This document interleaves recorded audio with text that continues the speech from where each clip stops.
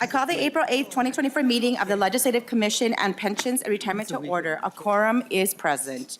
The first item on our agenda is approval of the meeting minutes. We have meeting minutes from April 2nd, 2024. Is there a motion? Senator Frentz, have you had a chance to review the minutes? Madam Chair, I have reviewed the minutes from April 2nd, and they look to me to be an excellent recording of what happened at that hearing, and I would move that we adopt these minutes. Senator Frentz moves to approval of the April 2nd, 2024 meeting minutes. All those in favor say aye. Aye. Any opposed, nay. The motion prevails and the minutes are adopted. Members, before we consider our 2024 Omnibus Pension and Retirement Bill, I wanted to just address the budget target allocated in the pension and retirement area for this legislative session. I think, as you all know, we always try to fight for the biggest target. I know that many of you, actually almost every single one of you, really fought to be on this commission because retirement plans matter to you. Protecting pensions and the workers who put their time into this, being public employees matters to all of you. And I appreciate the commitment that all of you have made, and I know that we all would have liked to have seen a bigger target because there is a lot of work to be done and a lot of people to take care of. We did get a target that was much lower than we had hoped for, but I think about the fact that, like, what a victory this is for us, though, in the fact that we've gotten targets multiple years in a row, and I think that we should all feel really proud of that, even though it is not what we might have hoped for. And so I just want to thank you all for your partnership in really fighting for pensions and ensuring that we have targets so we can do something with it. We were able to get double of what the governor's proposal was, which is $31.458 million.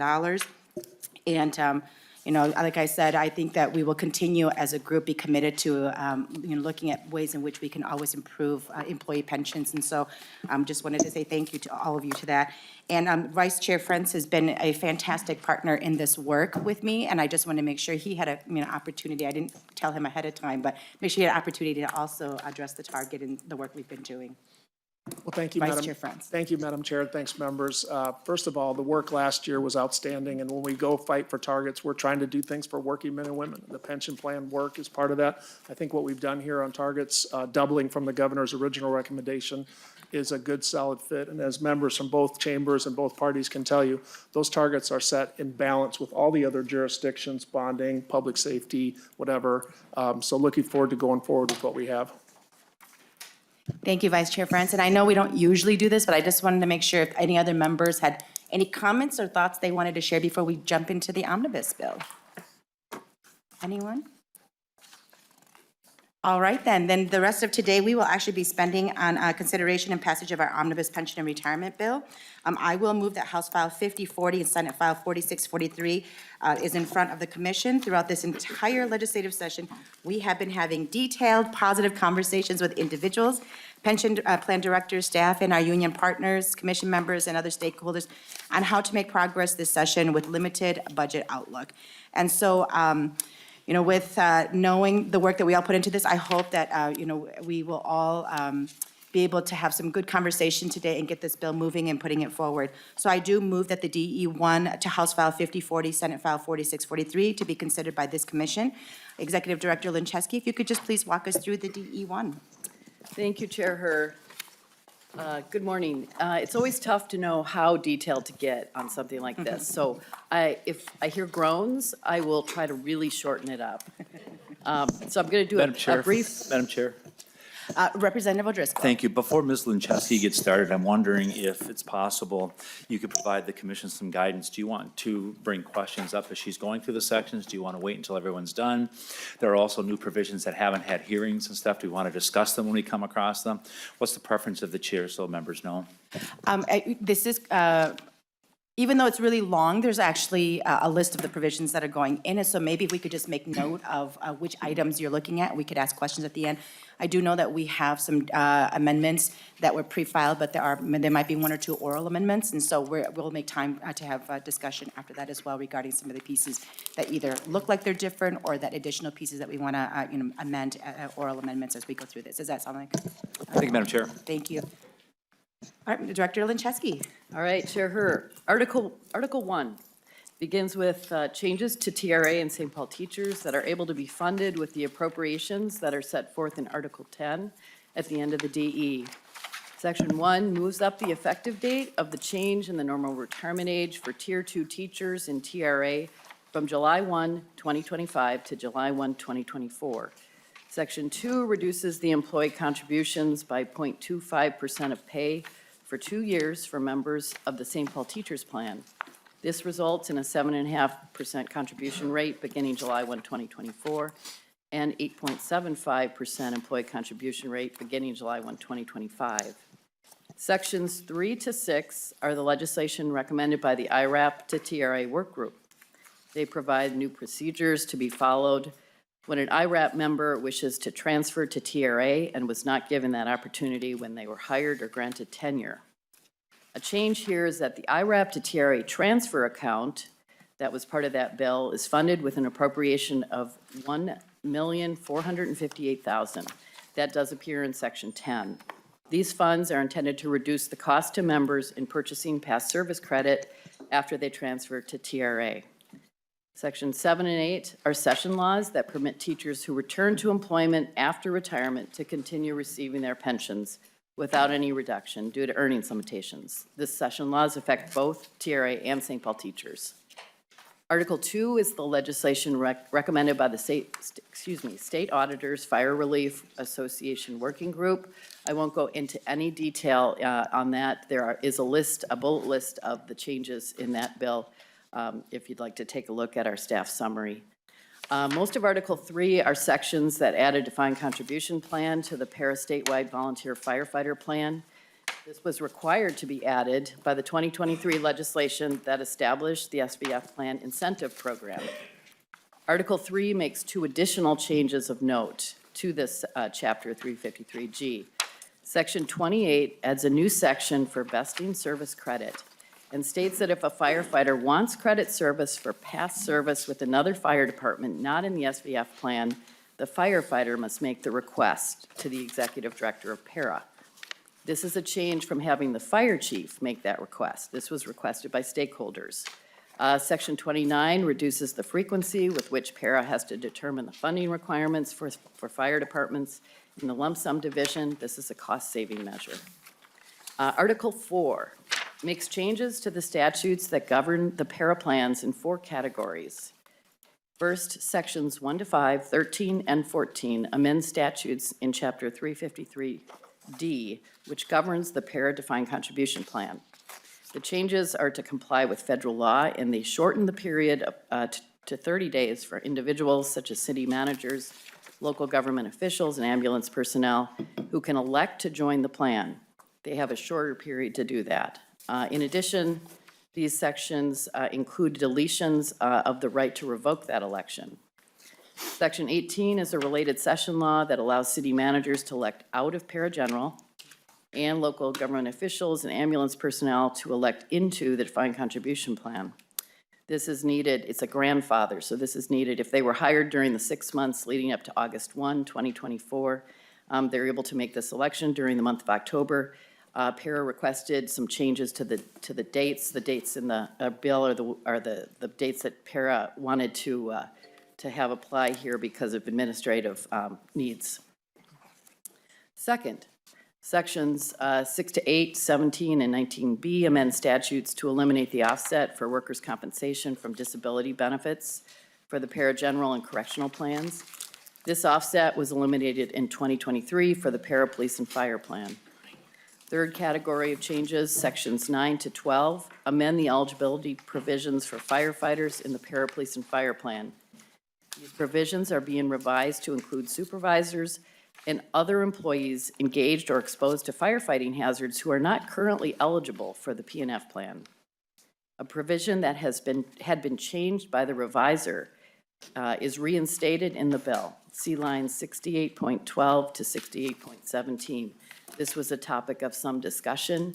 The language there is the original language that appeared in the bill draft and was approved by the stakeholders. Fourth, sections 15 and 16 increase the multiplier in the formula for retirement annuities for members of the para-local government correctional plan from 1.9% to 2.2%. This now will match the formula for the MSRS correctional plan members. This applies only to future service. To fund this benefit increase, the employer contribution rate is increased by 1.5% of pay, and the employee contribution rate is increased by 1% of pay. Article 5 makes changes to the statutes that govern the MSRS plans in 4 categories. First, Sections 1 to 8 and 10 make changes to several statutes in chapters governing the MSRS pension plans. We refer to these as administrative changes because they generally would not be considered substantive and are really to clarify existing laws and conform the laws to actual operation. Second, Sections 9, 13, and 14 amend the eligibility requirements for the MSRS correctional plan to add 5 new kitchen positions and a music therapist position to the list of covered positions and allow employees in these positions to purchase credit for service in the MSRS general plan if it would have been considered correctional service. Section 15 is new. This section establishes a work group consisting of representatives from Department of Corrections and Department of Human Services, AFSCME, MAPE, MMA, and MNA.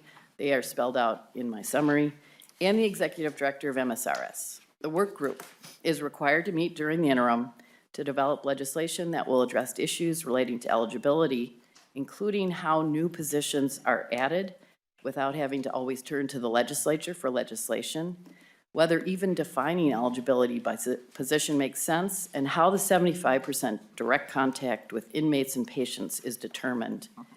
The group must meet by August 1 and deliver proposed legislation to the Commission by January 10, 2025.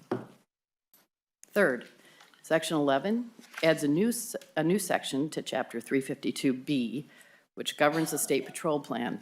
The new section codifies most of an existing program that permits members to retire, begin receiving their retirement annuity, return to employment, and continue receiving that annuity. Employee and employer contributions continue, and when the member retires for the second time, the member receives a refund of the employee contributions. A couple changes were made to this section that were discussed by the Commission when it heard a similar bill for the Parapolice and Fire Plan. These changes are to add a section that exempts the returning member from background checks and psychological evaluations. And another change is to require that the member return to a position in the same department. So the bill originally, as presented to the Commission, has been slightly revised for those 2 changes. Fourth, Section 12 reinstates the authority of employees who were initially excluded from participation in the MSRS general plan because they were employed on an H-1B visa or a similar visa. These employees are allowed to purchase credit for past service for the period that they were excluded from participation. These employees had been given this purchase right when the law was changed in 2021. The university found one additional employee and may find others, so the bill reinstates this service credit purchase right. Since then, stakeholders, that is the U and MSRS, have agreed to an expiration date, also working with Senator Pappas, of June 30th, 2027, and that is new subdivision 3. Article 6, 6 sections that amend new statutes for the Minnesota Secure Choice Retirement Program. The first 2 sections require the Board of Directors to allow home and community-based services employees to participate in the program within 6 months of opening the program.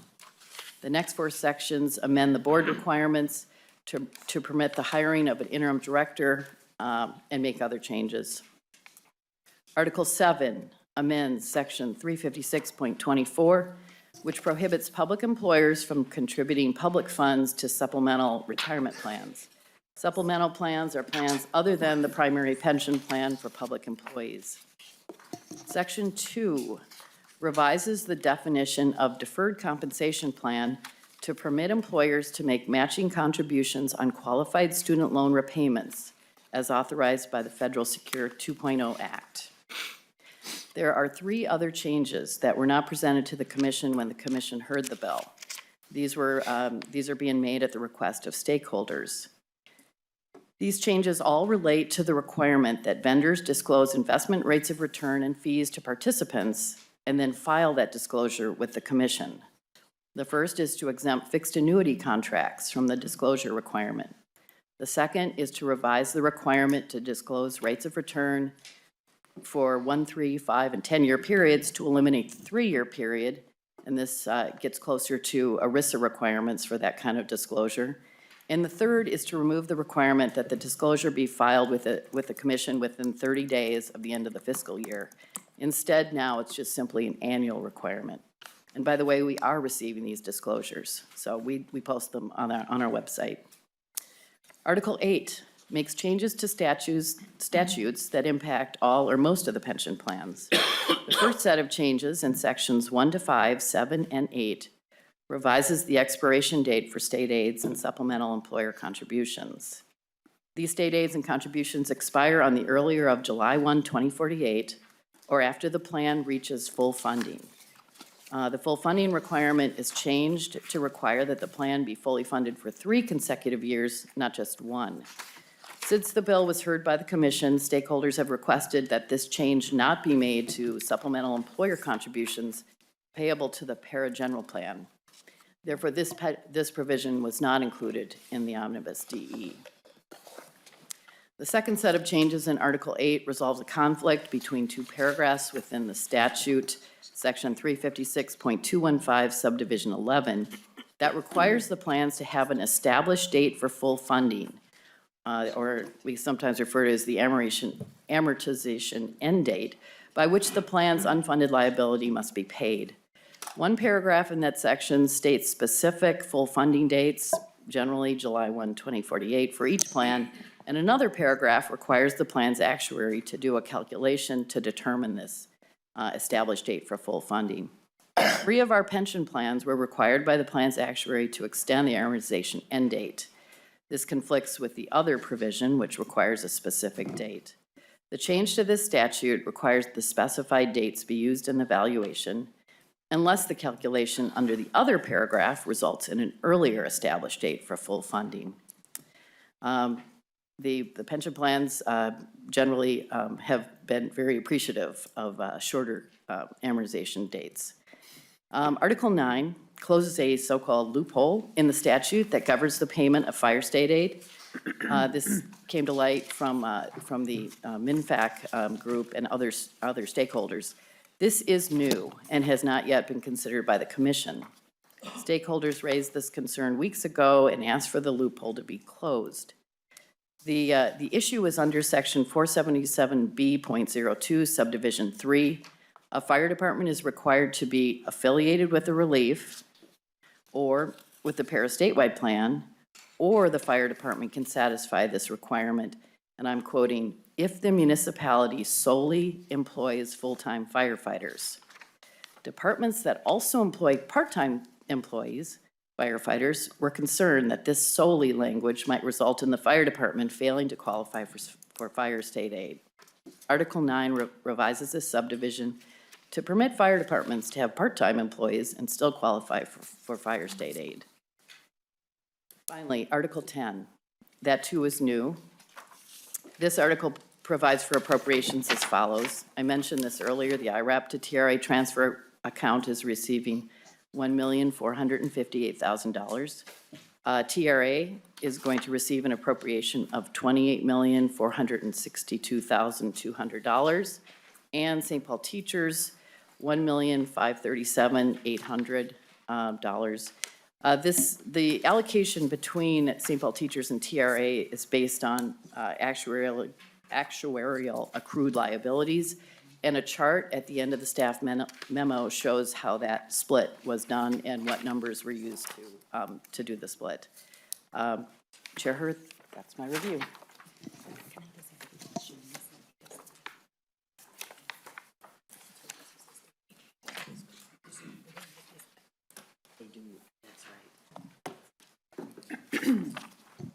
Thank you, Director Linczewski, and we do have a couple testifiers here today to talk on the provisions that that haven't actually been in front of the commission.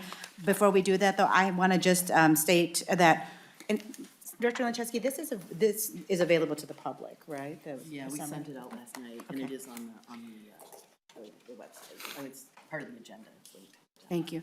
Thank you, Ms. Linczewski. And I just want to point out that, we always try to be really transparent on the commission and ensure that people know what we're doing. So for anyone who is looking at the summary, and even for our members, where there is a change, it is in italics so that you can clearly pull out what might be different than what you've heard of when it came in front of the commission. So just to point that out for anybody who's looking at this so you can see what's been done.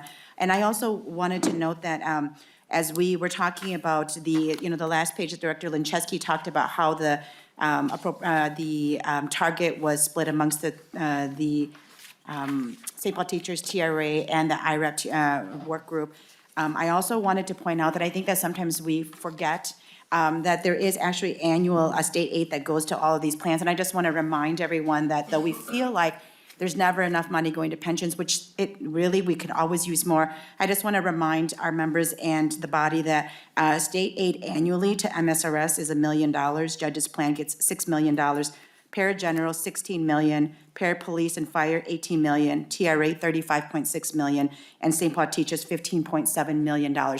This is aid that is coming in every single year on top of the targets that we receive and that we are giving out to the different plans for the work that we're doing. So I just want to make sure that we sort of hold that as well as we're having this discussion. So what we'll do now is actually move into our testifiers, and I do have 3 that were signed up ahead of time. The first will be Devin Bruce, Director of Legislative and Political Affairs, MAPE, and this is their corrections group. If you can make your way to the testifiers table. And after that, we'll have Bridget Peterson, Library Media Specialist, ESCO Public Schools. And so if you want to just maybe come up to the table now, and so that you can, we can just maybe avoid a little bit of the shifting time. Mr. Bruce, if you just want to identify yourself for the record and begin. Thank you, Madam Chair and members. For the record, my name is Devin Bruce. I am the Director of Legislative and Political Affairs for the Minnesota Association of Professional Employees, also known as MAPE. We represent about 17,000 state public employees across all agencies, boards, and commissions.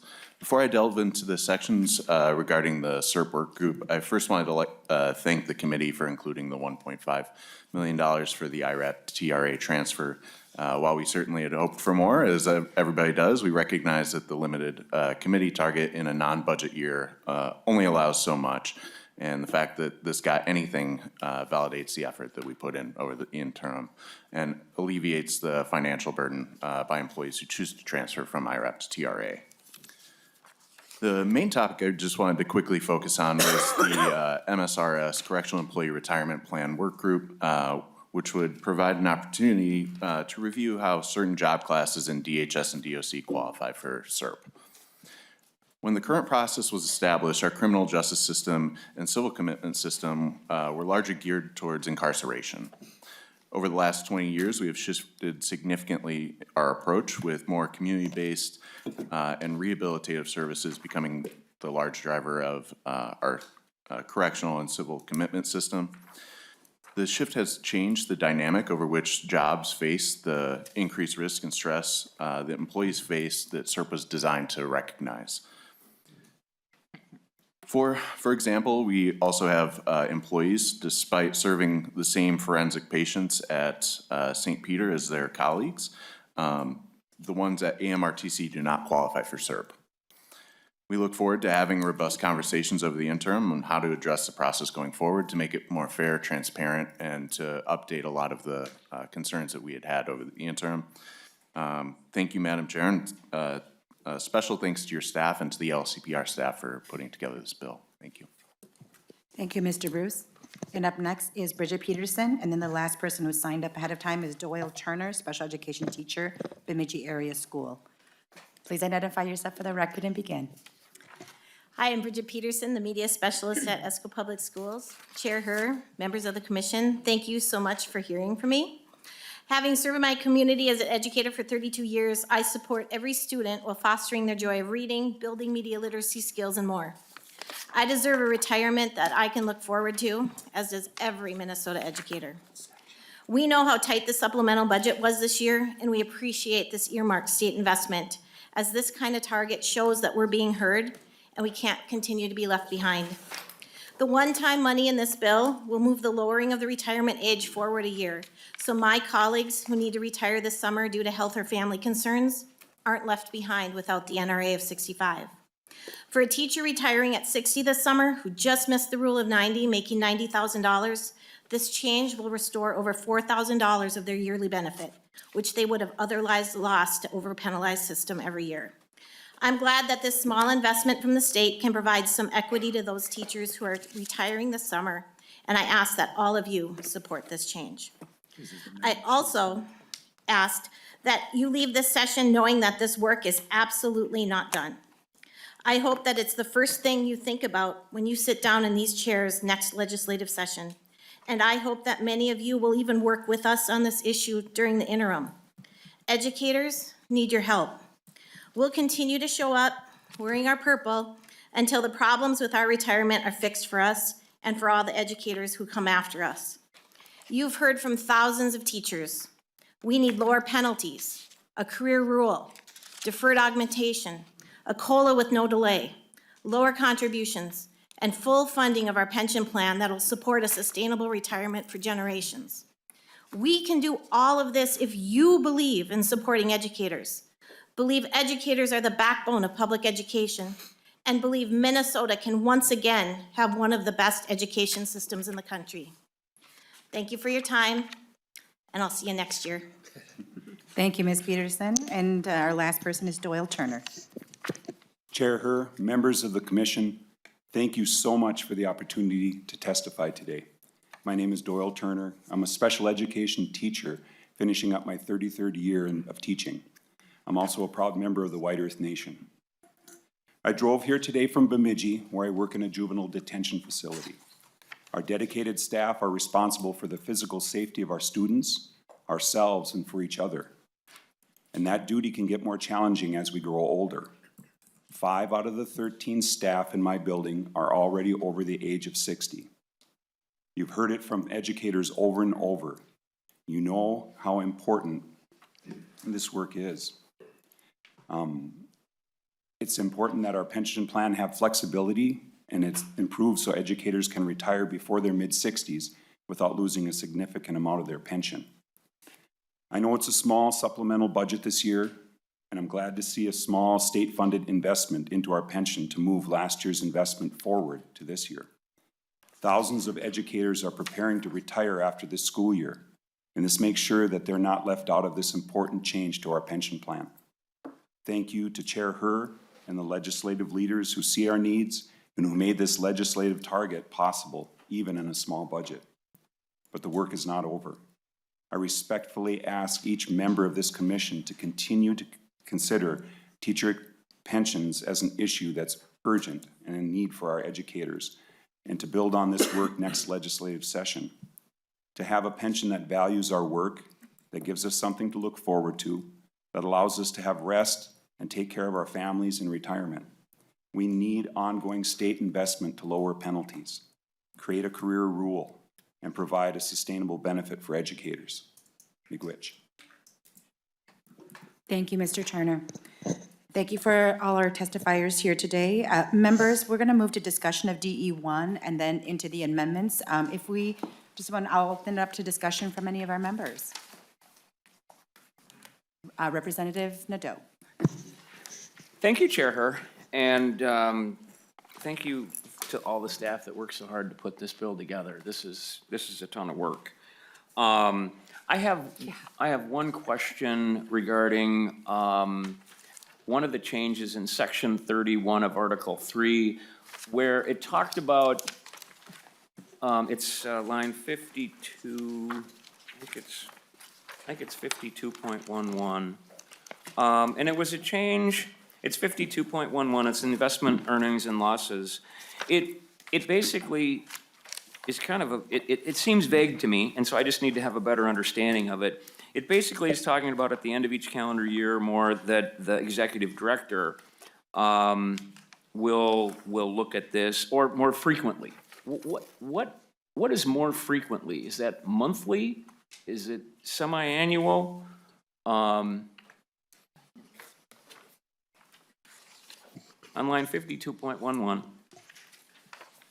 and 52.12, it says, at the end of each calendar year or more frequently, if deemed necessary by the executive director to make distributions or for other purposes.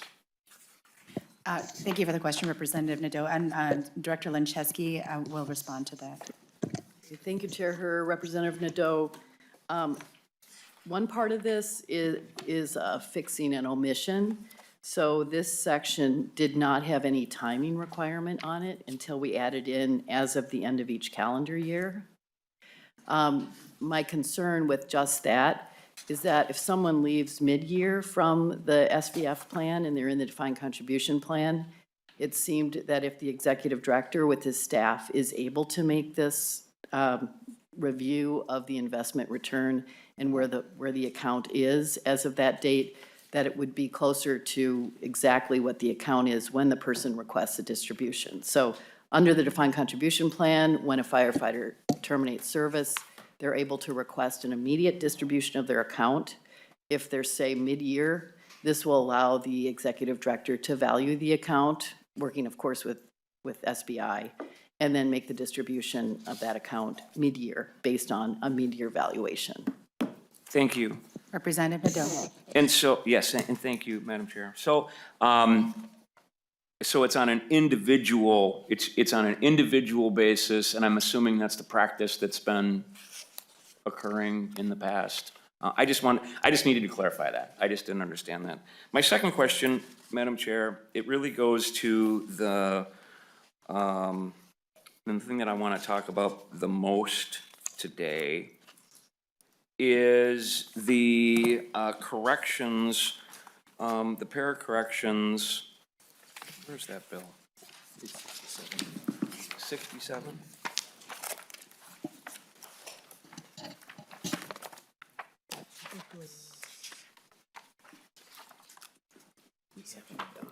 Yeah. 15 and 16?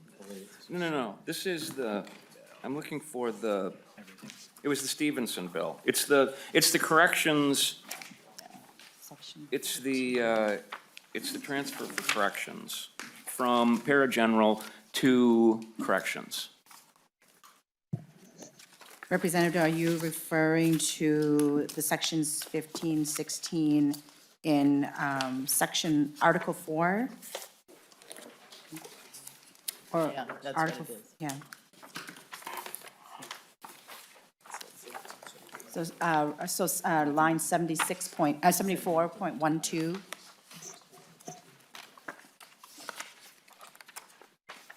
Article 4, Section 15, 16, yes. Yes, thank you, Madam Chair. Sorry about that. I thought I had it right here and I lost it. I looked at it all night, so I knew where it was. Right.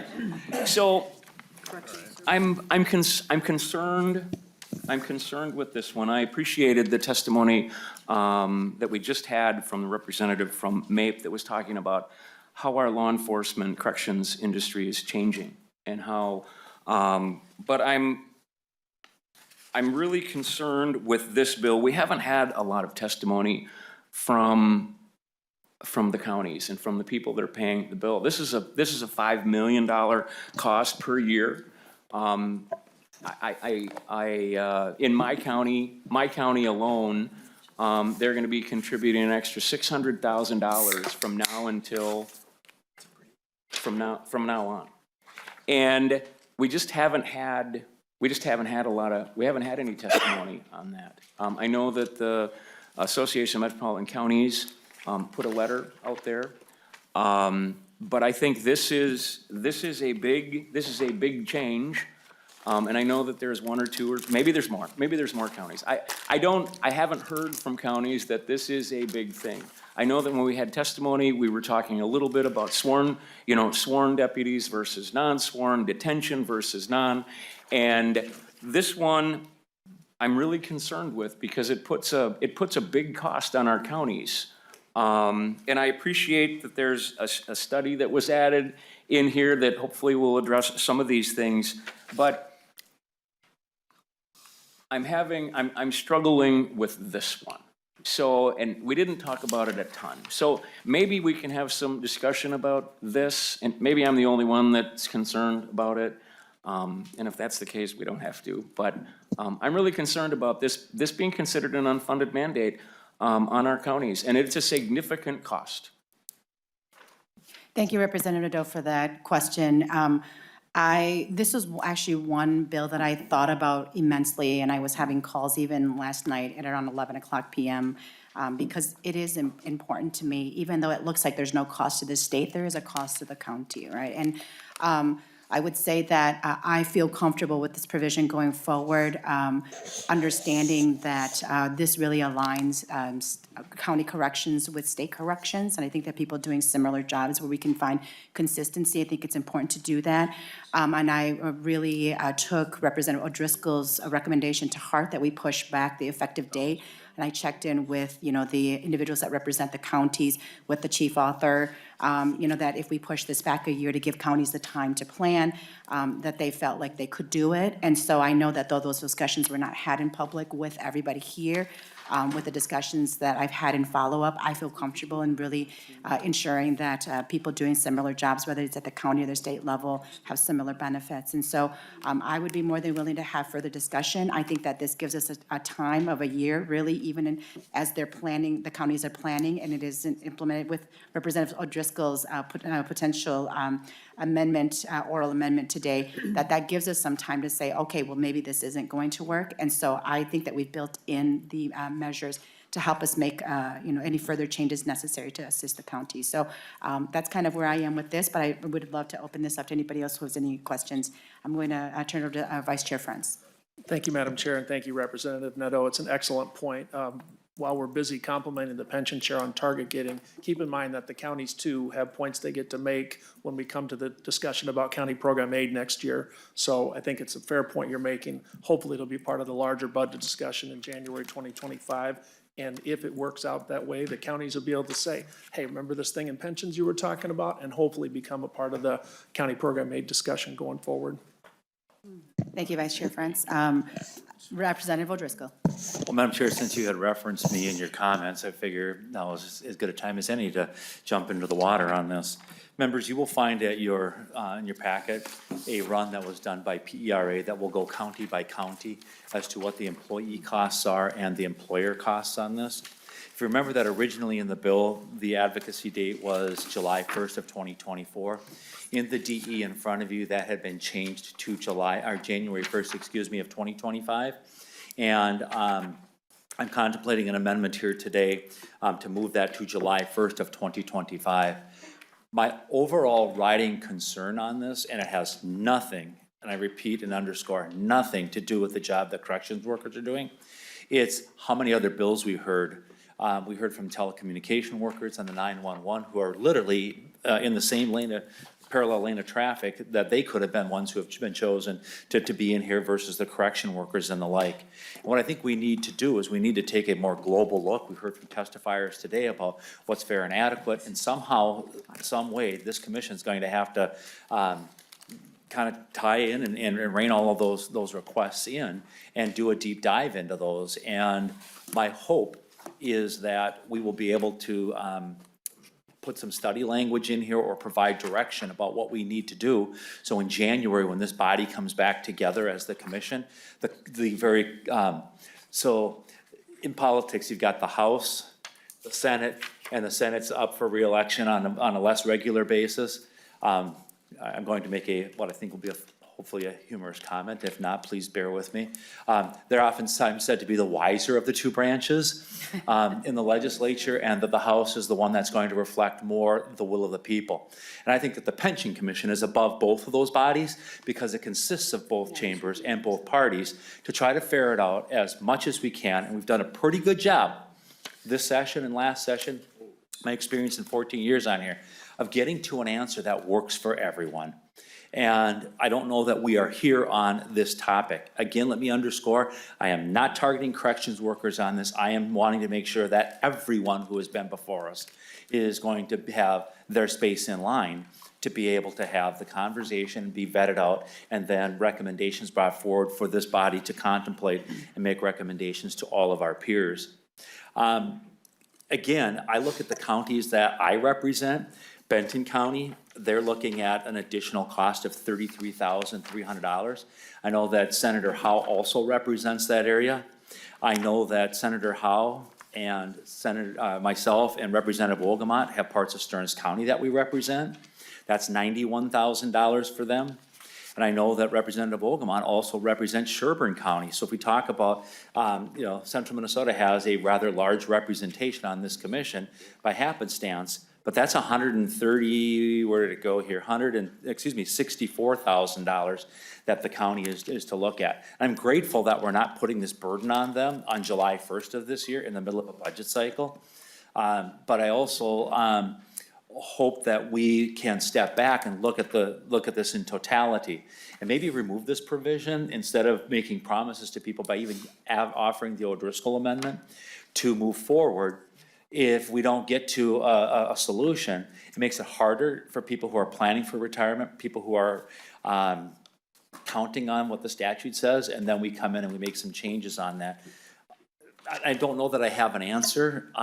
If it's not possible to do that for whatever reasons, I definitely would be interested in the July 1st of '25 for the very reasons that Vice Chair and Senator Frentz has outlined. I've talked to the chair about that. It provides the legislature one more budgeting cycle, and depending upon how that works out, the counties also have the ability to plan accordingly for that. It's a marker that's out there, and they can start incorporating that in all of their priorities. So I don't know that I have a recommendation, a solution, other than I'd like to really look at this entire thing in totality, because if I could summarize this year's pension commission into a 10-word statement, it's our benefits need to be modified to meet the environment that we're in, and we need to investigate more what that environment is that our public employees up and down the line and across the page find themselves in. So thank you, Madam Chair. Thank you, Representative O'Driscoll. Senator Nelson. Oh, thank you, Madam Chair. I am somewhat concerned. I don't recall hearing from the counties on this. Has the Association of Minnesota Counties weighed in on this? And then also in Olmsted County, I can see it's going to be an additional $99,000. And also the employers, the members in my county, in Olmsted County, which is DFO Corrections, Dodge, Fillmore, Olmsted, 66,000. And I just don't recall hearing from the counties, and I don't recall hearing anyone from my counties, the members who will be paying. And it's just, I just think it's, maybe I missed that, but to me, I don't like to make decisions if I've not heard from the people they're going to affect.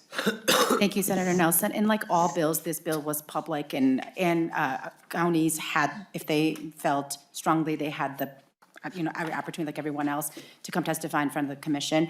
I did hear from the entities representing counties, and I don't want to speak for them because I think Matt Mossman is here. Maybe, I don't know if he would like to speak to this, but they, in my conversations, is that they understood the reason for why this was being brought forward, and that there were other bills that would have had more detrimental impact on counties, and hence that this was probably the one that counties could work with. And so that's why this was the one that was included, and we did not. There were a number of other bills that would have impacted counties that I didn't include and did not consider, and I think rightfully so that we didn't. And so I know that you all haven't heard, and I think that what we could do is have Mr. Mossman come and just speak briefly to this so that you can all know what I know.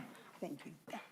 Please identify yourself for the record. Madam Chair and members, Matt Mossman. I'm the Executive Director of the Minnesota Inter-County Association, which represents 15 of Minnesota's larger counties. I believe that we are on the same page with AMC and all counties on this. Mr. Legard and I have had multiple conversations.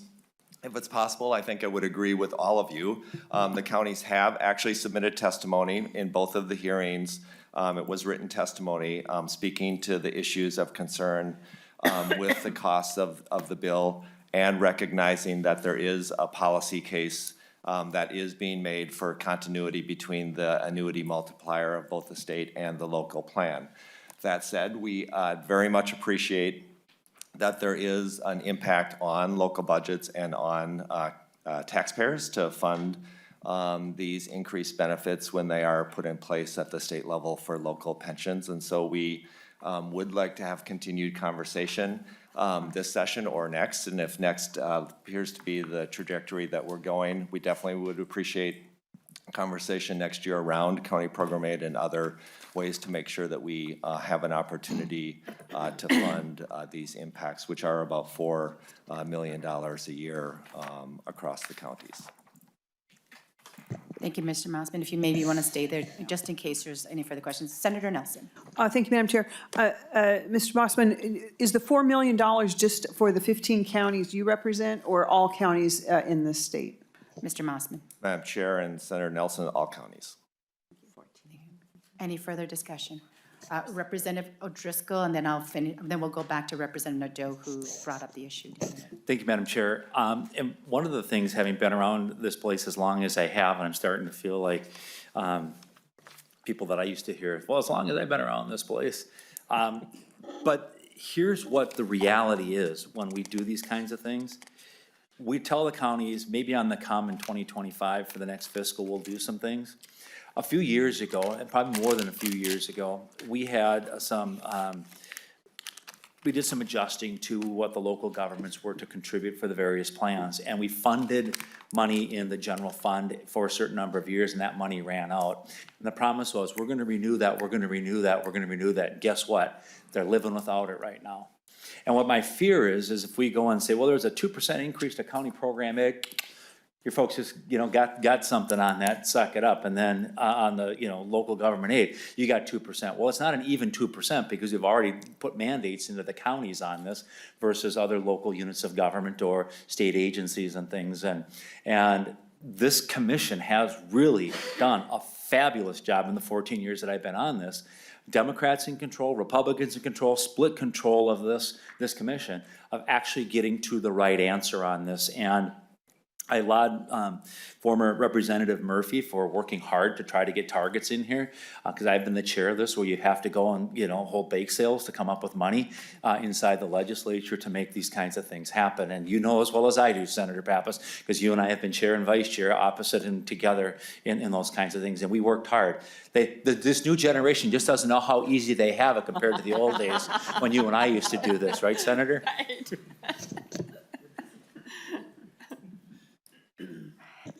So I didn't hear a question in that, Representative Driscoll, but thank you for the point. Bake sales coming, everybody.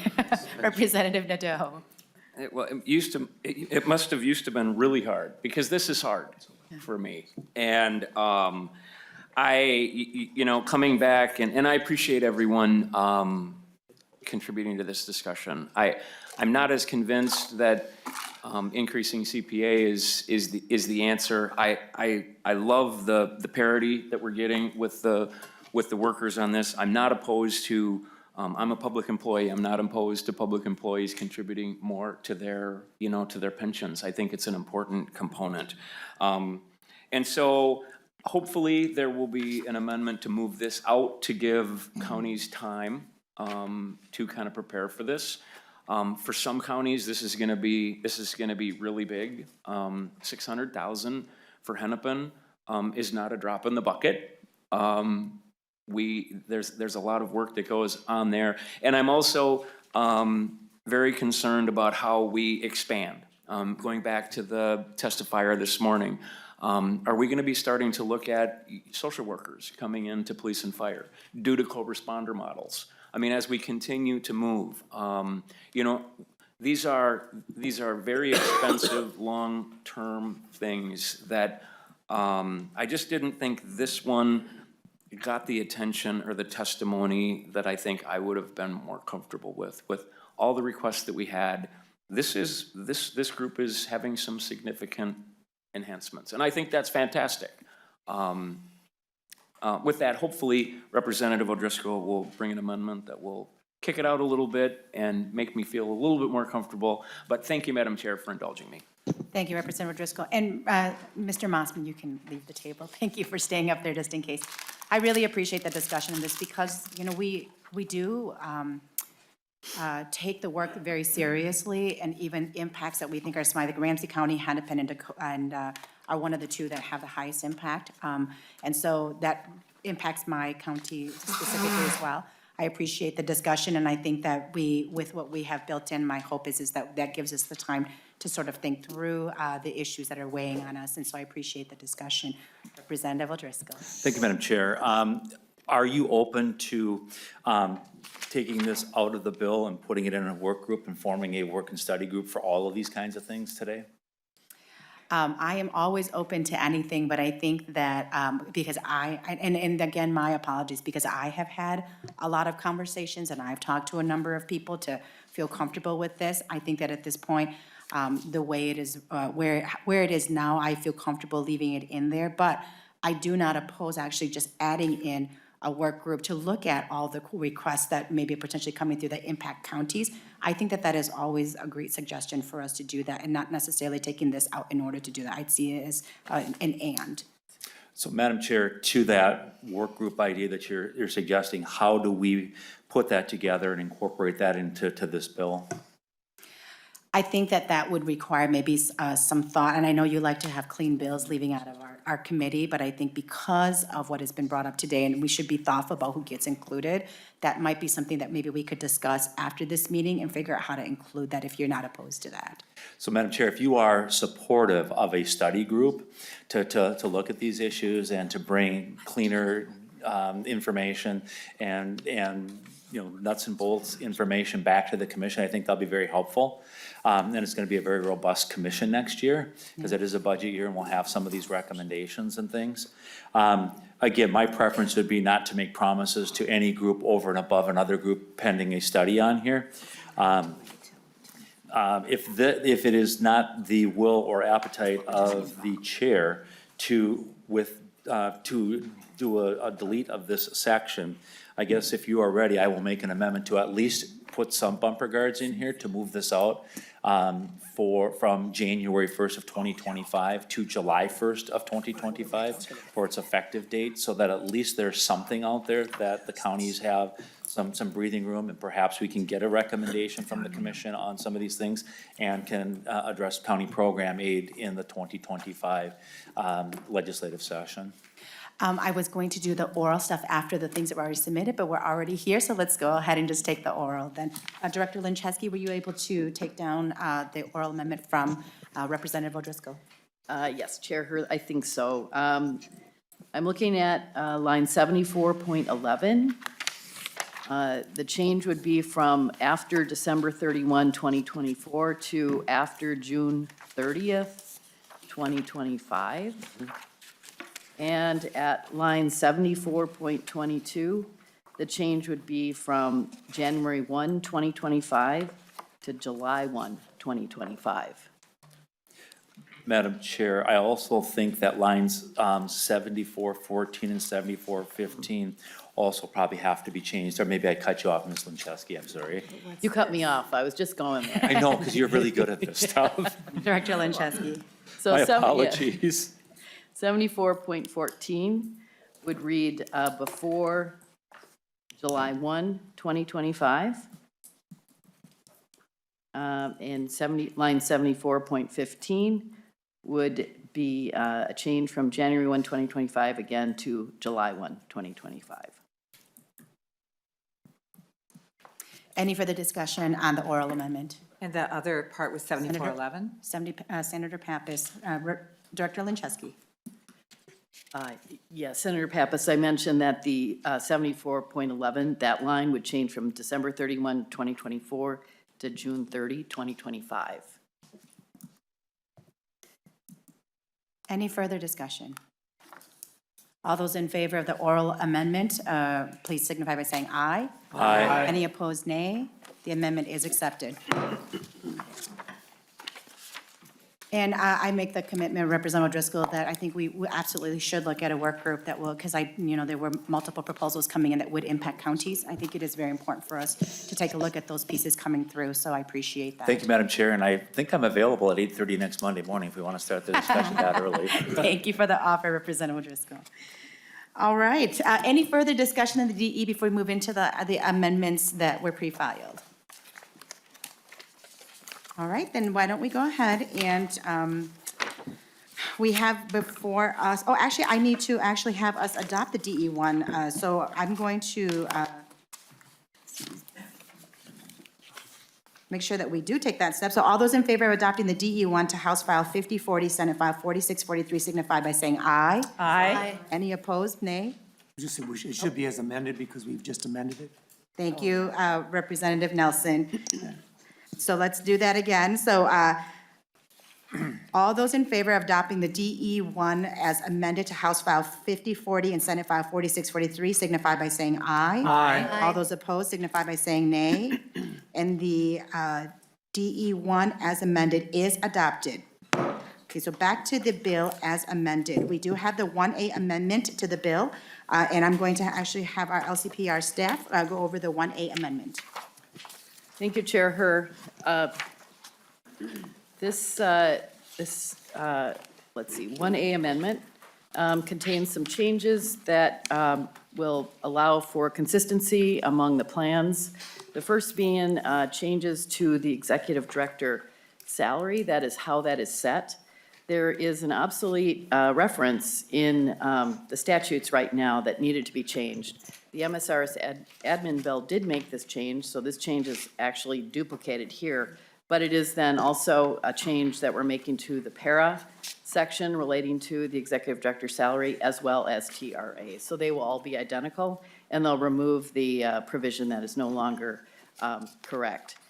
In addition, for para, we're changing the qualifications for the executive director so that those qualifications will match what is in the statutes for MSRS and TRA executive director. The next section, Article 2, I guess we'll talk about very quickly. This, I have to say, is the most exciting article of the morning.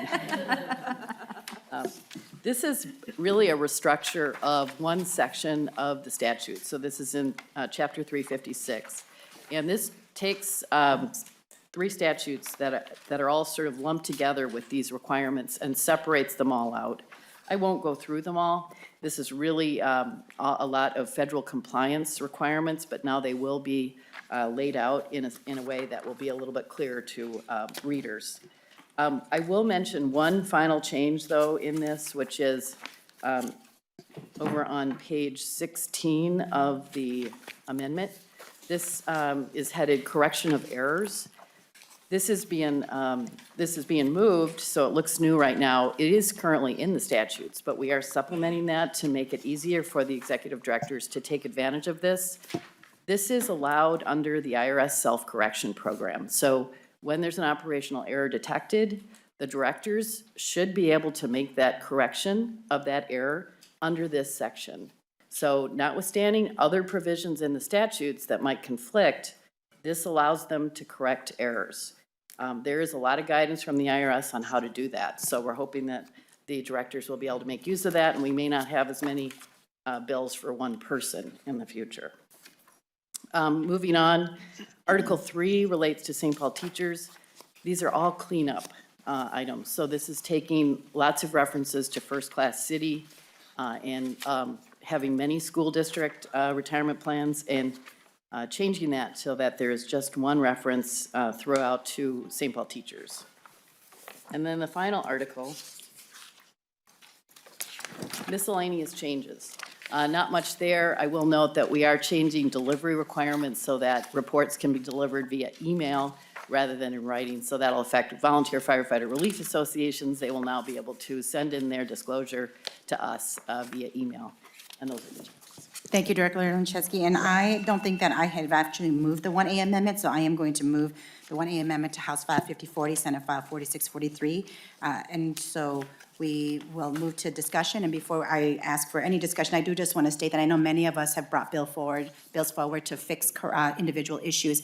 And as you all know, that is not a process that I often am okay with.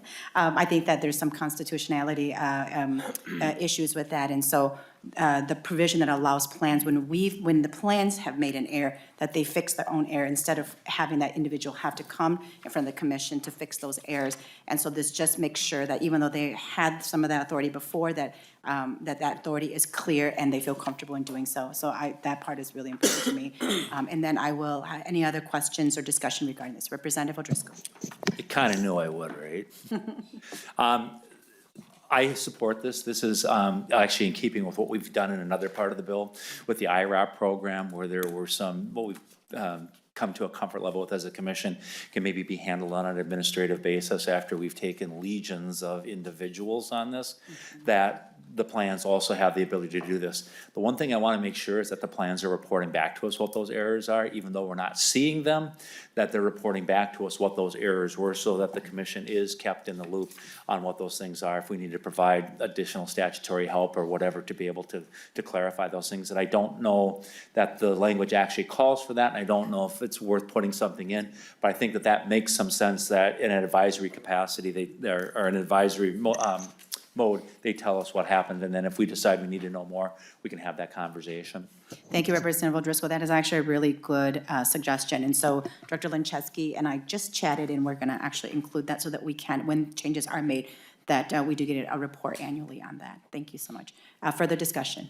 All right, seeing no further discussion, all those in favor of adopting the 1A amendment to House File 5040, Senate File 4643, please signify by saying aye. Aye. All those opposed signify by saying nay. The motion prevails and the amendment is adopted.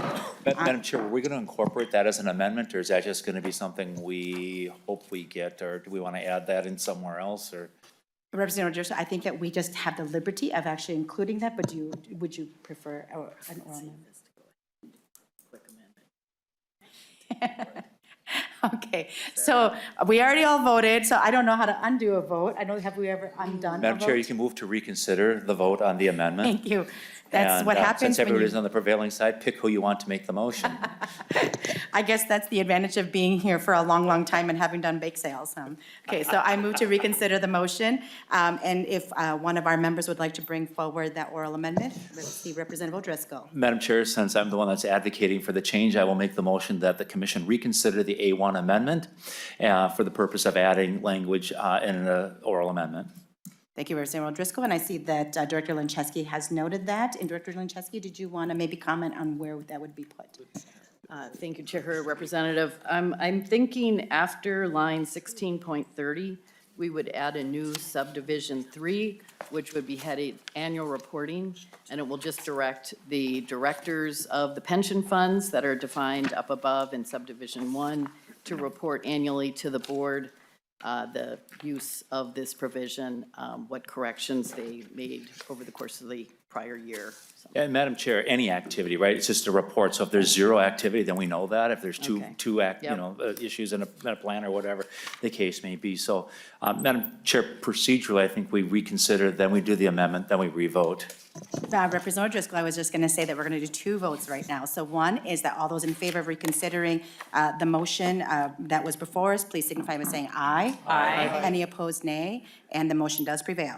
Now we will be voting on the two. Madam Chair, I then move the amendment to the amendment. The oral amendment to the Yes, amendment. thank you. Yes, thank you. Representative O'Driscoll moves the oral amendment to add reporting to, on changes that were made for individuals, whether there was any or not, to the commission on an annual basis.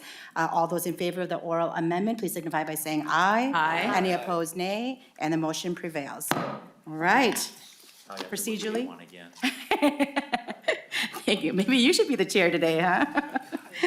I've been known for my parliamentarian skills. I so appreciate that, because we want to make sure we do everything right here. So I move the, all those in favor to adopt the 1A amendment as adopted, please signify. As amended. As amended. The 1A amendment as amended, please signify by saying aye. Aye. Any opposed signify by saying nay, and the motion prevails. All right, well, that was spicy, huh? Okay, so maybe we can get through the rest of this in 20 minutes so I can let everybody out of here. We do have a 2A amendment to the bill. That's to restructure para survivor benefits, and I will move the 2A amendment to House File 5040 and Senate File 4643 as amended. Executive Director Linczewski, if you could walk us through the 2A amendment. Thank you, Chair Hur. If I might, there are two testifiers that are coming. They will actually be able to explain this amendment better than I will. Thank you, Director Linczewski. We do have Doug Anderson and Amy Strengy from para here. If you could both make your way up to the testifiers table, or just Ms. Strengy is just fine as well. Please identify yourself for the record and begin. Madam Chair, my name is Amy Strini. I'm the policy coordinator for para. So the amendment the amendment before you, what it does, it doesn't change anything about our survivor benefits at all. It's purely administrative. What we are doing is we are separating out our survivor benefits within our statutes to pertain to each plan. So para basics, so those are members that are not coordinated with Social Security, para correctional members, para coordinated members, so para general members, and para PNF will have their own separate section of statute that has their survivor benefits. And we're also doing the same kind of roadmap for each section. Each section will have the same how this looks. And it's going to be much more readable for both staff and members to understand our survivor benefits. I will stress, again, there is no changes to our process or anything beyond administrative technical tweaks. Thank you, Ms. Drangen. If you could just stay up there in case there are questions. Members, discussion to the 2A amendment. Seeing no. Madam Chair, just to clarify, there Representative is no Driscoll. financial impact for this language. You're simply doing it for simplicity for PRA and others who have a vested interest in wanting to know what the statute is to separate the coordinated from the basic plan. Ms. Drangen. Representative Driscoll, that is correct. Next year, we may be bringing some policy changes as we are going through this that we identify, but again, the intent here is just purely to essentially recodify this section of statute. Thank you, Ms. Drangen. Any further discussion? Seeing no further discussion, all those in favor of adopting the 2A amendment to House File 5040, Senate File 4643, please signify by saying aye. Aye. Any opposed, nay. The amendment is adopted. We have a 3A amendment to the bill that adds in House File 3808, Senate File 4348 as amended. Representative Nadeau, would you like to offer your 3A amendment? I would, Madam Chair. Thank you very much. I move this amendment, and members, this is the bill that we heard a couple of weeks ago in the remote hearing. This is House File 3808, and Pratt is the Senate author. And what this does is this basically creates a career rule for teachers. It's completely funded by teachers. I'm super sad we're at this point where we haven't had the ability to convince people above us that we need to do something of significance to try to rebalance, I guess what I would say to begin rebalancing the pensions of Tier 1 and Tier 2 teachers.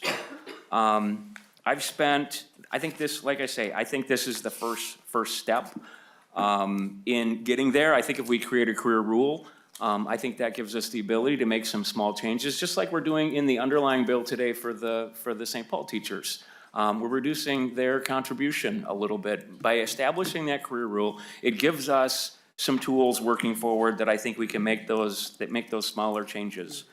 As I said, this is fully funded by teachers. And I will, if it's put in, I will continue to work to find funding sources for this thing. But as I met and I did probably 8 town halls with teachers. I met with thousands of teachers. And this is not the best bill in the world. This is not the perfect solution to what happens. But this is an option that I think is one that we should put in. It doesn't cost the state any money. We just went over, we're putting an unfunded mandate on counties, and we're gonna try to eliminate the cost of that down the road. And I think that we can do that here with this bill. We can create this rule, we can put it in there. It doesn't go into effect until later, and we can work together to try to do this because we know that this is an important component. And it's important to recruiting teachers, it's important to retaining teachers, and honestly, there's a bunch of these teachers that don't have the time to wait. They just don't. We all know the discounts that are put on teachers that retire early. We also know that, and I appreciate that we're putting the NRA down 1 year earlier. I think that's super helpful. But I think this is the actual first step that we should take so that we can start working on this issue and funding it appropriately in the future. Thank you, Madam Chair. Thank you, Representative Nadeau. And I would say that I really appreciate your passion and your willingness to just work with me throughout this process.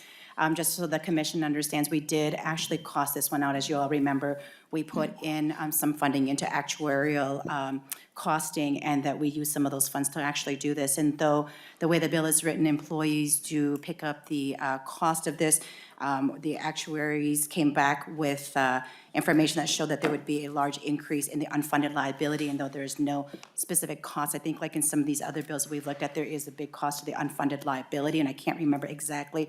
I don't know if TRA is here that could answer to this, but I thought it was somewhere in the tune of like 600 million or some very large amount. Our actuary, Mark Schulte, is here. Mr. Schulte, if you could just come up in case there are specific questions and I misstated something. But so Representative, though, I really appreciate your creativity in this. There is a cost in that what we don't want to do is take longer to actually fund these plans, because we do know that when plans are funded, we can make structural changes and when that happens. And so I think that this would push out the ability to do that. So I would recommend a no vote. Senator, Vice Chair Frentz, did you have your hand up to comment as well? I did, Madam Chair, and I want to say thanks, Representative Nadeau, for, what you're saying, which is let's take care of our teachers. One of the things that I think we got to keep in mind is in 2018, we came in with a bill that created what we called shared sacrifice.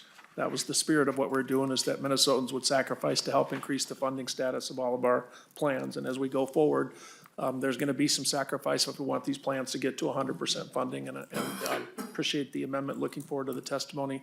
We're not going to get to 100% without some sacrifice, and I think that includes every Minnesotan. Thanks, Madam Chair. Thank you, Vice Chair Frentz. And testifiers here, if they could maybe identify yourself and confirm or deny the statements that I have made. Thank you. Chair Hurd, Mark Schulte, via Actuarial Solutions, retained actuary for the Legislative Commission on Pensions Retirement. Correct, there's an initial cost, an increase in the unfunded liability. I believe as the bill was drafted, and understanding the amendment said it would have increased contribution rates over time to help pay for the cost, but initially there would be an unfunded liability that was created. And you're correct, I believe the initial amount was approximately $600 million. Thank you, Mr. Schulte. Any further discussion? Madam Chair? Senator Nelson. I just didn't hear all that. Could you repeat the cost of that unfunded liability, please?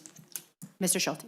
Chair Hurd, Senator Nelson, yes, I believe it was about $600 million. I don't have the exact exhibit, but I'd be glad to provide those numbers. Thank you. Thank you, Senator Nelson. I think the exact number is $617 million in unfunded liability. Mr. Stoffel. Thank you, Madam Chair. Jay Stoffel, Executive Director of TRA. The correct number, you're right, Madam Chair, is $617 million. That represents the past service cost for the benefit improvement. There's an additional cost for future service. And the other thing I would say is the cost really varies depending on the usage of the benefit. So the more people that use the benefit, the more expensive it becomes. So the range actually that our actuary gave us was their best guess as far as usage would cost the plan $617 million towards the unfunded liability. But if everyone that's eligible for the benefit took advantage of the benefit, it would be just over $1 billion. So somewhere in between there is probably the right answer, but 617 is the number that they consider their best estimate. Thank you, Mr. Stoffel. And so we'll go to Representative Doe for any closing remarks before we vote on the amendment. And thank you, Madam Chair. And, members, it's just important to remember that, most of the people that would retire under this rule are gonna have taught for, 35, 40 years. This is, we're talking about a range between $617 million and $1 billion, and I totally get that. But again, these are teachers that are having to teach a long time. There's a lot of teachers that started teaching as a second career. They don't like this bill, and I get that. And there's something else that maybe we need to try to work on that are gonna help them. But I've only been on this commission for 2 sessions, but I have learned the value of having a career rule. And this is the opportunity that we have to put it into place, and we can continue to work on it. And I really want to thank the chair for taking the time and spending the money to allow me to explore this and talk to it, and having the actuaries do the work. I really appreciate that and the time that you guys put into it. And with that, I will renew my motion And hopefully you guys will vote for it. Thank you, Madam Chair. Seeing no further discussion of 3A amendment, all those in favor of the 3A amendment signify by saying aye. Aye. Those opposed signify by saying nay. Nay. The motion does not prevail and the amendment is not adopted. On to now discussion of the bill as amended. Senator Rasmussen. Thank you, Madam Chair. I'd like to offer the 4A amendment at this time. Senator Rasmussen offers the 4A amendment. If you would like to explain the amendment, Senator Rasmussen. Thank you, Madam Chair. Members of the commission will be familiar with this amendment. As we recall from the conversation that we had as we were talking about the work group on amortization dates, last year the amortization date for TRA was moved from 2053 to 2048 in the Tax Conference Committee report. And that policy change, important policy change, was not approved by this pension commission. It went against the advice of the commission's actuary. And even though there's been conversations around a potential layered amortization approach, I think it's really important for commission members to know that this was not layered amortization. This is rolling amortization, which is taking the entire unfunded liability and saying, you know, we're going to kick the can down the road and pay for it 5 years later than all of the other statewide pension plans. This is really bad policy, and it hides the true fiscal health of TRA. An example would be if this commission set a different assumed rate of return for TRA, a different amortization date to make the math look better.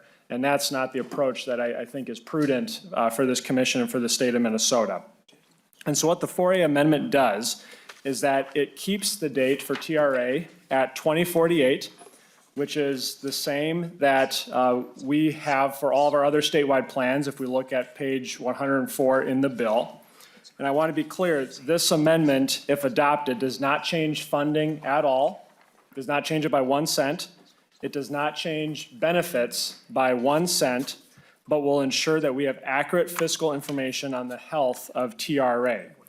And I think it's also really important, Madam Chair and members, that the bill or the language that was passed in last year's Tax Conference Committee report actually doesn't go into effect until July 1 of 2025. And so that amortization date will not get moved out until after next session. And so if we adopt this amendment today, I think it'll show this commission's desire to have this working group address this issue. And if TRA wants to take a layered amortization approach and they want to present a bill, they actually have a deadline to do so in the underlying bill of January 10th, which would give us adequate time to discuss, debate the merits of it, and pass it in a potential pension bill before this amortization date would even take effect. And I think this is really important for us to adopt today because otherwise we set a dangerous precedent of when the math doesn't work, when we don't like what the numbers look like, we can just kick out the amortization date and hope for some improvements in the future. And I also just wanted to say back in 1989, when the infamous Rule of 90 change was made, that too was a pension change that was not approved by the commission. Actually, a majority of the commission members at that time voted against that change on the Senate floor. And I think it's, again, important that if we're going to be making important changes, we do it within the commission. This amendment will give TRA and the work group time to present what they want to do with amortization. But I think adopting this amendment today will preserve the integrity of the pension commission in our process, and I would ask for member support. Thank you, Senator Rasmussen. And I know we all had a long discussion about this at our last commission meeting. And so I think if there's any further discussion, because this is the same amendment from then, please raise your hand. Representative Nelson. Thank you, Madam Chair and members. I just want to correct one thing that was said by Senator Rasmussen. The change on 89 that created the Rule of 90, prior to that, there was not a Rule of 90. Too many people are coming forward and thinking that we eliminated the Rule of 90 in 1989. I wasn't on the commission then, but there was no Rule of 90 before 89. The Rule of 90 or 80, the Rule of 90 was created by an amendment on the floor of the House. Again, and as the senator said, Even in the House, the members of the Pension Commission voted against it, and past members of the Pension Commission voted against it, but it passed. The Senate did not eliminate it.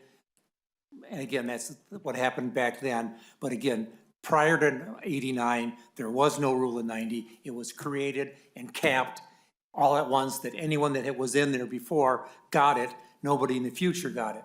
And I guess that's just, I want to make sure that misconception is out there, or is talked about, and that it was not something that the Pension Commission eliminated, that had been long-standing process that was going on. It was something that was created, and nobody in the future got it. So again, I just want to correct that misconception. Thank you, Representative Nelson. Any further discussion? And members, as I said the other day as well, that I would recommend a no vote for now. I have every faith in that. Even before this was brought up as an amendment, I had actually been talking with the plans months beforehand, asking them to address the amortization issue and really bringing forward recommendations that are more consistent with industry of how amortization is done. And so I trust in the process and also in our leaders of the plans in order to come together to provide recommendations in an early enough time in January so that we can make decisions next year. So Senator Rasmussen, thank you for bringing this forward. I'll let you have the last word before we go ahead and vote on the amendment. Senator Rasmussen. Thank you, Madam Chair. And I also wanted to just say, Representative Nelson is correct when he was talking about the Rule of 90 legislation that was passed. And I think, again, what Representative Nelson said is the Pension Commission members voted against that change because it wasn't vetted and didn't go through the commission. And I just want to state for the record that when we get this working group report back on January 10th, I do not believe that TRA will recommend going backwards on this. That they want to have their numbers look as good as possible. They will keep the kicked out amortization date that is 5 years out of step with every other statewide plan. We had an opportunity this session to fix it, to correct the mistake that was made last year by throwing an amortization in the tax bill. But this commission, I guess, is potentially deciding not to adopt that change.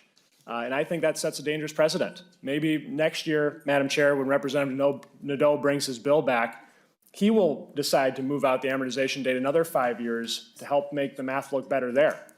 And I think this is, again, bad pension policy.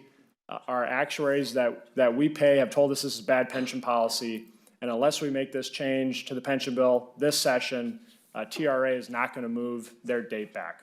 And so I'd ask for member support on this amendment today to preserve the integrity of this pension commission and our approach to amortization dates. Thank you, Madam Chair.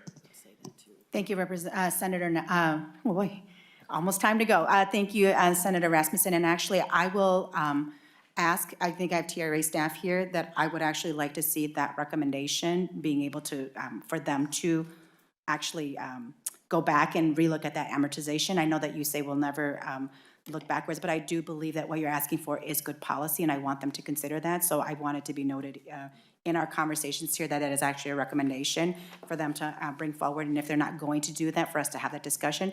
And then the members of this commission will have the ability to decide then in January how we decide we want to do that. Then we can actually consider it. So I just want you to know I take what you say extremely seriously, and that's my directive, and I'm making sure that LCPR staff notes that as an option, and that they would have to explain why they wouldn't do that, and we would still have the ability to make that change if we'd like to as a commission.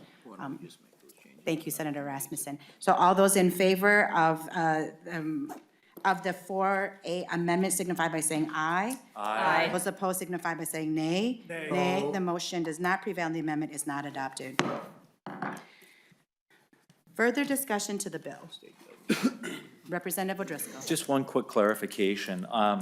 In the fiscal appropriation on this bill, we have two provisions in this bill. One where we're going to exempt retired teachers' income for coming back because of the teacher shortage. Do we have any idea what that might do in the way of teacher shortage? We're going from 66 to 65. Do we know how many teachers are age 66 or 65 that would make them eligible for the retirement or where we're at? That is a really good question, Representative O'Driscoll. To TRA, if we could, Mr. Stoffel.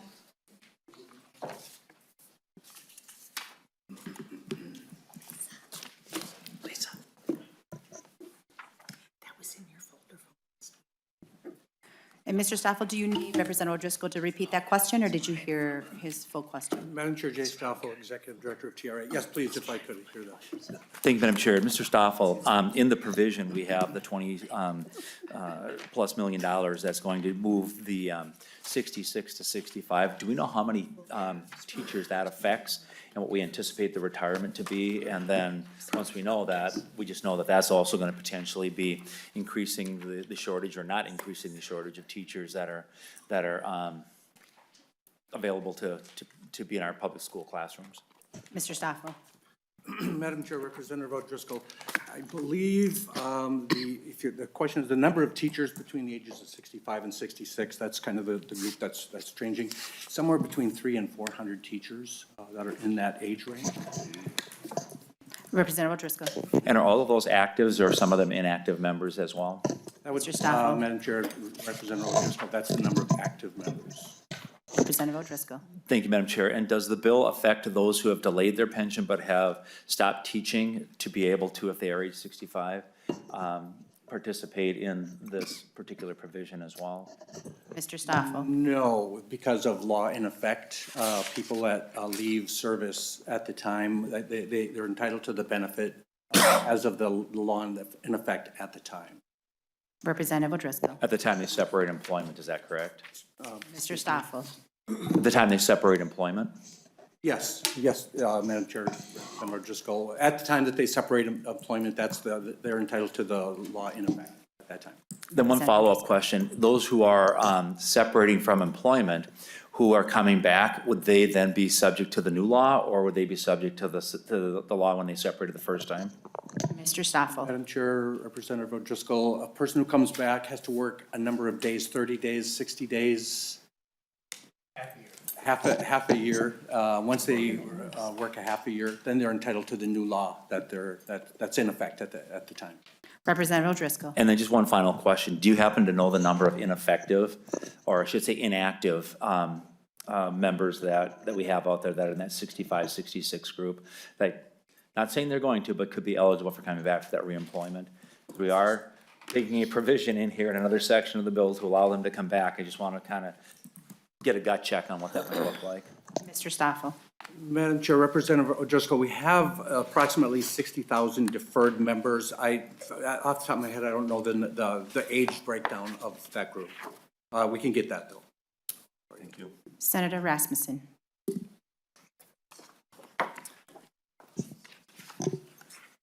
I can have Senator Nelson go first. That'd be great. Thank Senator you. Nelson? Thank you. Just it sounds to me like this might be creating another tier. So in other words, instead of having tier 1 and tier 2 teachers, as far as the rule of 90, now we will have, I don't know what we would call it, tier 3 teachers who stopped teaching early, deferred their TRA, but now are not eligible for this new earlier retirement age. So I'm just cautious that this inequitable treatment is going to create another tier 2 example. Thank you, Senator Nelson. Mr. Stoffel, any comments? Madam Chair, Senator Nelson, it would appear that way, although we've had law in effect all the time. And it's, we don't consider it a new tier. You're correct in the fact that there's different levels of benefits for different people depending on when they defer. But the thinking is a person who's deferred, has left service, maybe left 10 years ago, a benefit improvement comes along. They're not entitled to that benefit improvement. They're no longer contributing. They're no longer in the plan. So they're entitled to the benefit that they had earned at the time that they separated service. Good policy. Madam Chair. Senator Nelson? Thank you. Just a quick follow-up. Well, was, when the rule of 90 was put into place, was there a known tier 2 coming? Or when did that nomenclature come of talking about tier 2? I assume it was not at the time that Rule 90 was put into place. Mr. Stoffel? Madam Chair, Senator Nelson, Tier 2 was created in 1989. That's a new set of benefits. That's really when Tier 2 was created. Senator Nelson. No, yes, that's when the new set of benefits were created. My question was, when did the term Tier 2 come into effect? Was it always, as those new benefits were put into place, was it specifically divided out then into a different tier? I'm just curious about the word tier and what the new word will be for those who have a deferred but will not be able to take the early retirement. Mr. Stoffel. Madam Chair, Senator Nelson, Tier 2 was created in 1989. At that time, when the Rule of 90 was established for all those people that were in service at that time, a new formula, it was a level formula with different early retirement discounts. It was a very broad change of benefits. That happened in 1989. That's when Tier 2, the terminology was set, for that group of people that came in under that plan. And then, Thank you, Senator Nelson. I'm one of those teachers that was teaching in 1992. So I remember a great deal of discussion about the Rule of 90 with my fellow colleagues.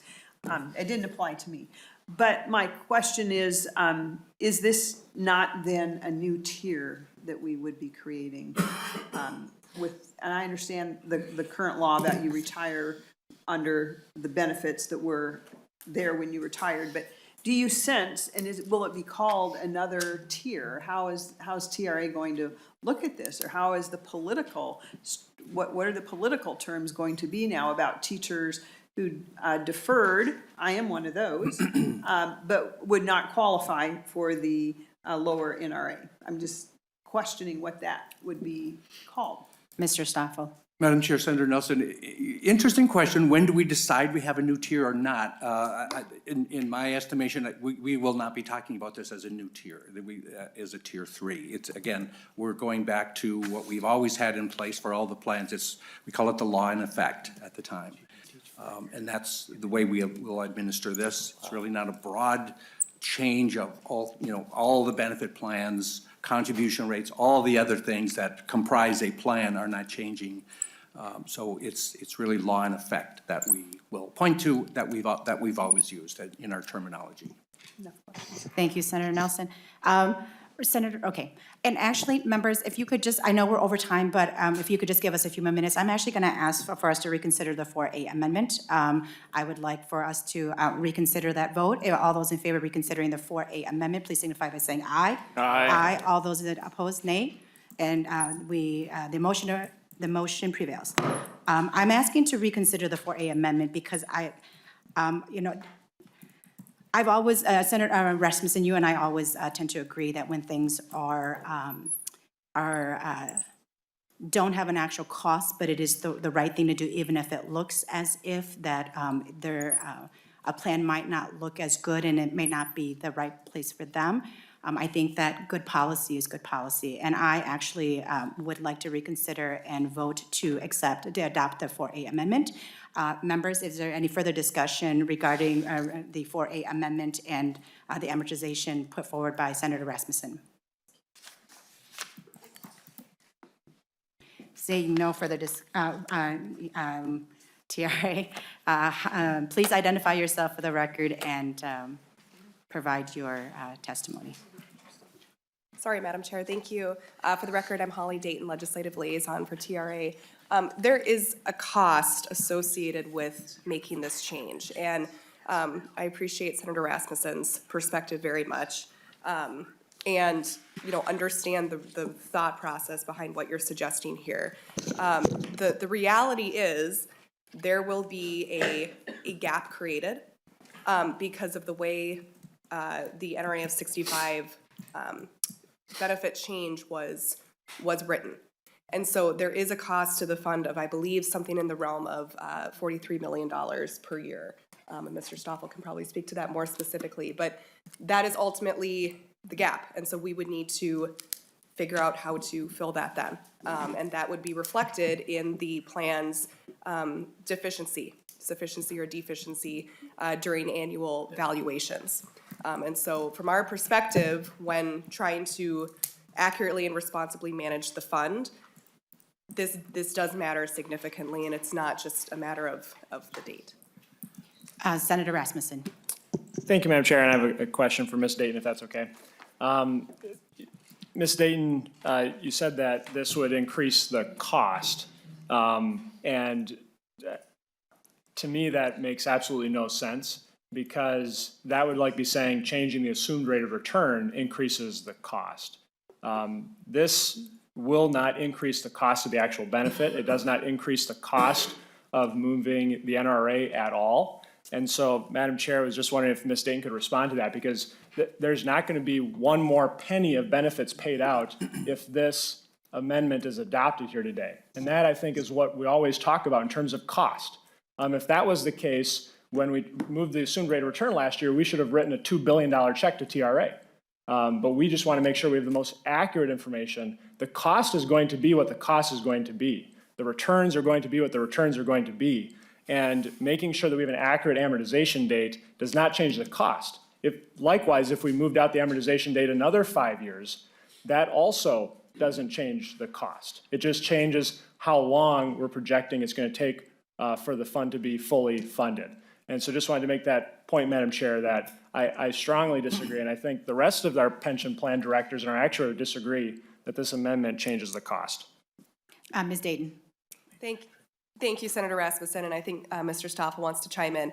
I apologize for using the term cost in that scenario. I think what I was trying to get at is that the shorter amount of time you have to pay for a benefit increase, the higher the benefit, the higher the annual expense is, or the higher the monthly payment, if I use the example of a mortgage amortization, which is kind of it's not exactly perfect, but it's a thing that we can use to compare.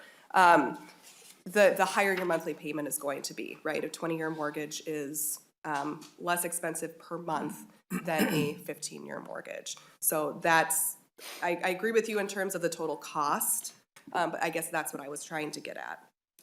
And I know, Mr. Stoffel, I know you want to make a comment, but we're over time, and I think Ms. Dayton has done a good job in this, and what I would just recommend to the commission is that I would recommend a yes vote to this. I think it's important that we are consistent with our policy, and I was a strong believer in really looking at the cost when we look at assumed rate of return, and I would not, in good conscience, be able to move this bill forward without actually being consistent in this particular scenario as well, and I understand the position this puts TRA in. I would love to have further discussion with all of you. If that means that there could be a future policy change that needs to happen, I would welcome that discussion with TRA and having TRA bring that forward in the future.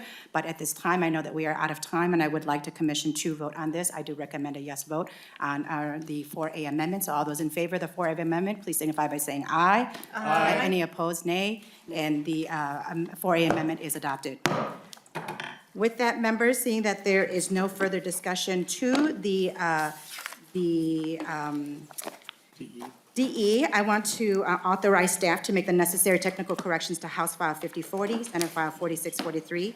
All those in favor of doing so signify by saying aye. Aye. All those opposed signify by saying nay. No. Motion prevails, and the authorization is adopted. Oh, I still don't want him to do that. Joking.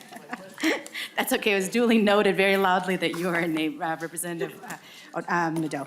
I now move that House File 5040, Senate File 4643, as amended, be recommended as the 2024 Omnibus Pension and Retirement Bill, and this recommendation be forwarded to the House and Senate Committees of Jurisdiction. All those in favor signify by saying aye. Aye. Those opposed signify by saying nay. Nay. The motion prevails, and the recommendation is adopted.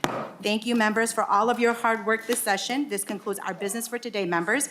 There is a chance that we could have a hearing next Monday, April 15th, but that decision will be communicated well in advance. Our next scheduled commission hearing will be on Monday, April 29th. We will be hearing a few bills that set up the interim projects. Seeing no further business in front of this committee, this meeting is adjourned.